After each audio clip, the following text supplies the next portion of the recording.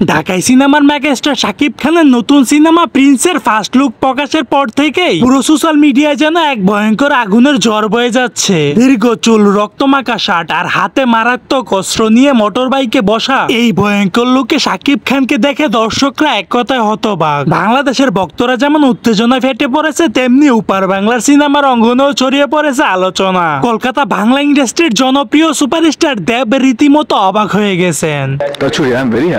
Very happy in the sense কে কবি is experimental film, মানে যা যা দেখেছে তারা প্রত্যেকে চমকে গেছে, তুমিও জানো। রিসেন্টলি একটি সাক্ষাৎকারে অভিনেতা দেব নিজেই জানিয়েছেন, আমি সত্যি অবাক হয়েছি। শাকিব খানকে আগে কখনো এমন ভয়ঙ্কর রূপে দেখিনি। শাকিব খানকে এমন রূপে প্রথমবার দেখে আমার শরীর শিউরে উঠেছে। আমি কি বলছি যে এইটা কিভাবে বাংলা ছবি হতে পারে, এরকম ধরনের বাংলা ছবি কিভাবে কেউ বানাতে পারে। শুধু বাংলাদেশের মধ্যে নয়, শাকিব খান আমাদের কলকাতা বাংলা ইন্ডাস্ট্রির মধ্যে রাজত্ব করে বেড়াচ্ছে।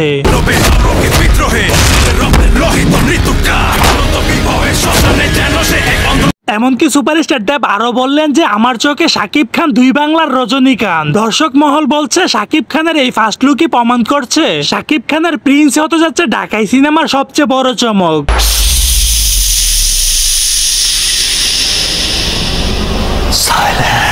তাহলে আপনারা কি মনে করেন, শাকিব খানের এই নতুন লুকটি কি দুই বাংলার মধ্যে নতুন ইতিহাস গড়তে যাচ্ছে? আর হ্যাঁ, এই লুকটি আপনাদের কেমন লাগলো ব্যক্তিগত মতামতটি জানাতে ভুলবেন না আমার কমেন্ট বক্সে। সো দর্শক, আজকের এই ভিডিওটি এই পর্যন্ত। যদি ভিডিওটি ভালো লেগে থাকে তাহলে ভিডিওতে একটা লাইক, একটা কমেন্ট আর অবশ্যই চ্যানেলটি সাবস্ক্রাইব করে রাখবেন।